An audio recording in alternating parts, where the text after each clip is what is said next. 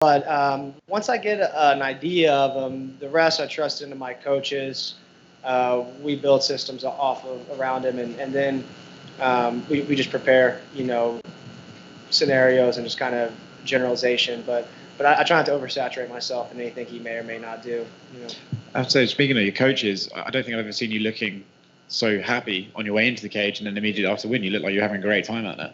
Yeah, that was a first, right? I normally take this shit way too seriously, and so I kind of finally learned to not, to kind of not take myself so seriously and everything else, and just to try to have some fun, and I did, I realized lighthearted jams like the universally beloved Fleetwood would, kind of set me in the right mindset, and I would pop off from there. So that's good. Do you think that's an important switch for you mentally? Do you think it's important to realize, like, okay, this is your career, but you can't just be 100% aggressive with it, if that makes sense? Yeah, 1,000%. I think that was my biggest downfall.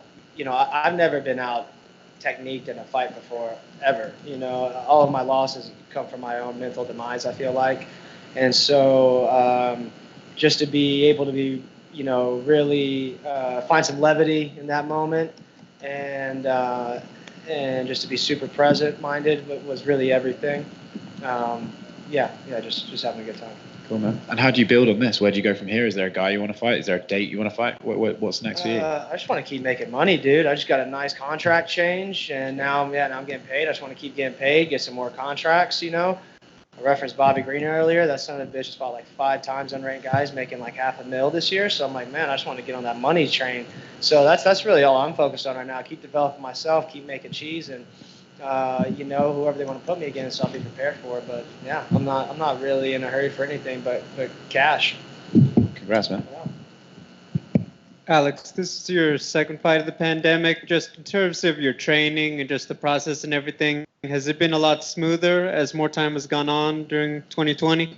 Yeah, for sure. It was real crazy in the beginning, right? Like everybody was acting like, it was apocalypse or something. And that camp was kind of crazy and chaotic. And, my head coach got sick, and, everybody around me kind of got sick. I mean, I think I got sick for a bit too. So that was kind of a weird, turbulent sort of deal. And I think I went in there carrying a lot of baggage, a lot of stress, and, definitely not having fun. That was probably the least fun fight I've had. So yeah, this was a completely different scene. A lot of growth has happened in a short amount of time, and I think that's what I do better than anybody is my adaptability. And so this was a whole different scene. You talked about your walkout. Everybody and their mama has done their version of the Fleetwood Mac on the skateboard. Yeah, Can we see you posting to TikTok anytime soon? Absolutely not. I'm a grown male. Congrats, man. So is he. Cool.